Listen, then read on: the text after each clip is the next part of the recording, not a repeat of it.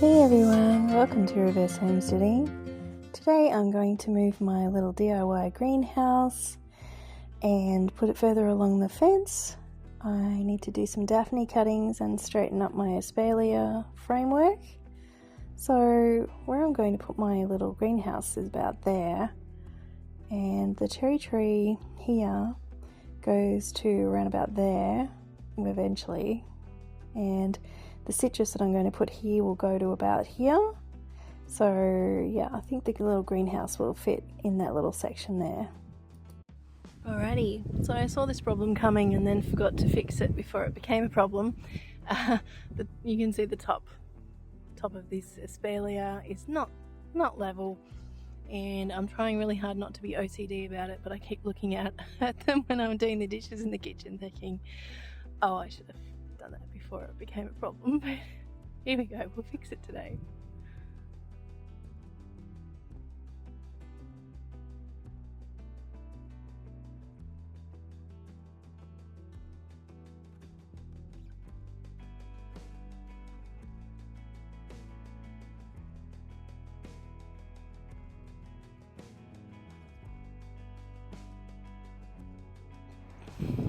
Well, not the ideal way of doing it.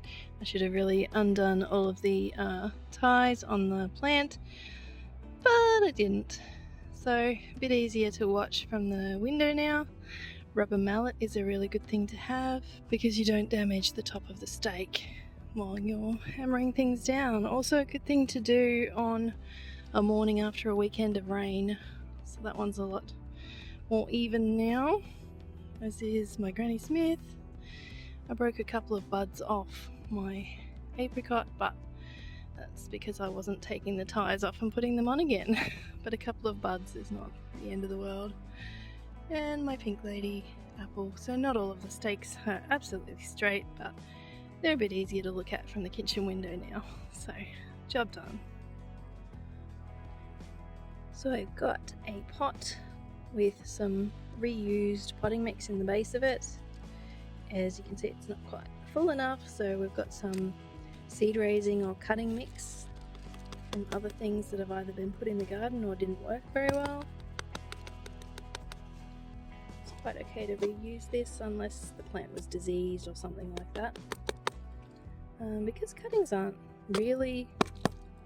not really in there for that long. So if you can reuse something, you know, I usually do. It's quite full now, but I'll just leave it like that. I've got my hormone rooting powder here.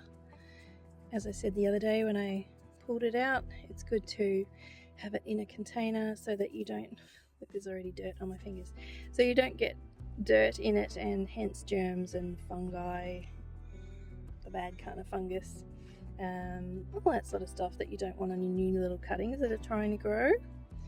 So as you can see here, I've already got most of the leaves and all of the flowers off my little cuttings.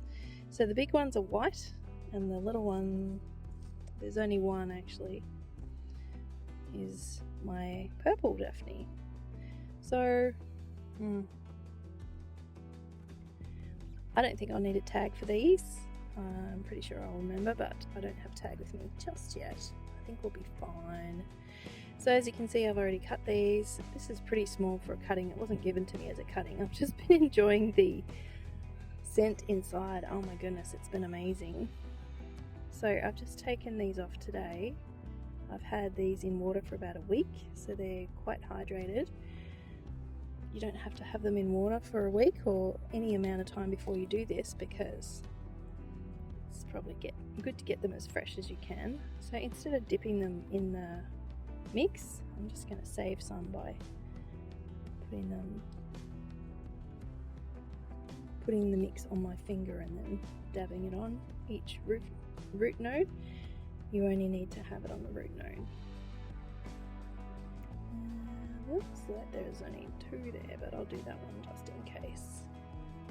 And it's good to have them facing outwards so they don't crowd the pot too much. These look like quite big cuttings, but often with woody kind of cutting like this, it's not really soft wood as they call it. It's they call it hardwood, or woody cuttings, it will not matter, because usually softwood cuttings are a bit smaller. These are kind of chunky, but they'll be fine. I don't have my secateurs here. I might actually trim that back a little bit. I'll show you in a minute. It's just, the more is on the plant, the more it has to look after while it's trying to grow new roots. This is not the best time of the year to be doing it. I guess if it doesn't work, my friend will still have her Daphne and I can try again. So when you put them in there, as I've said before, you don't want the leaves or the branches, tiny little branches, to touch the soil level. As you can see, as you push it down, it's going to go down quite a bit because this mix is quite fluffy to allow the new little roots to come through. So we'll just get it down to a level that feels fairly firm. And as you can see, all the little branches have come up a long way from the soil now. So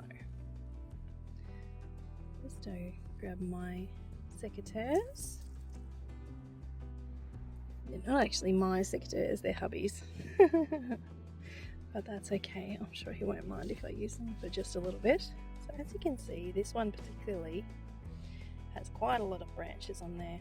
So I'm just going to take that down to the top 3 and it'll do much better, I'm sure. Excuse the background noise here. Someone's doing leaf blowing or something. That's okay, we made quite a lot of noise ourselves on the weekend with our tree chipping. Something that just had to be done. Alright, take these little ones off as well. It's starting to shoot. It looks pretty healthy. If you saw the other video about the Daphne, my friend actually had to move it to another area. It wasn't getting enough sun. But yeah, it looks pretty happy now. I might take another leaf off. And it's not good to have too many open cuts on a cutting. So it's good to keep leaves whole rather than chop them in half. But I think that's probably not too many leaves. Otherwise, I'll end up with them all sort of chopped off and leaving more room for infection, which is what we don't want. Cool, so that's pretty much it. And I'll water in, just very gently so that we don't get rid of all of the hormone rooting powder on the base. There you go, Daphne cuttings. I hope they do well. I love Daphne. Such an amazing scent. Alright, let's put these away. So these little ones will be quite happy here in my little mini greenhouse. Might actually put them up the back. There we go.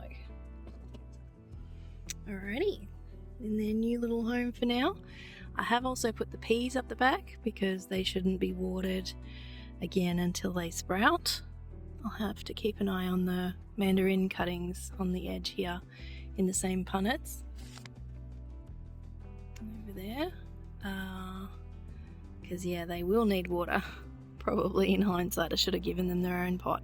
But I was rushing against the rain that day. Alrighty, so we will keep going.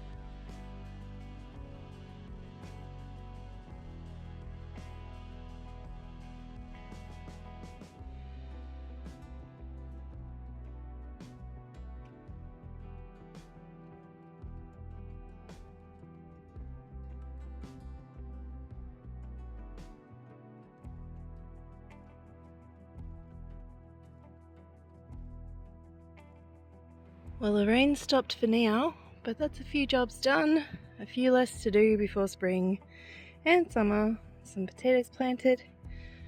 This has been moved and we've got our little Daphne cuttings ready to go in there. So I hope you're having fun in your garden. Thanks for watching. We'll see you next time.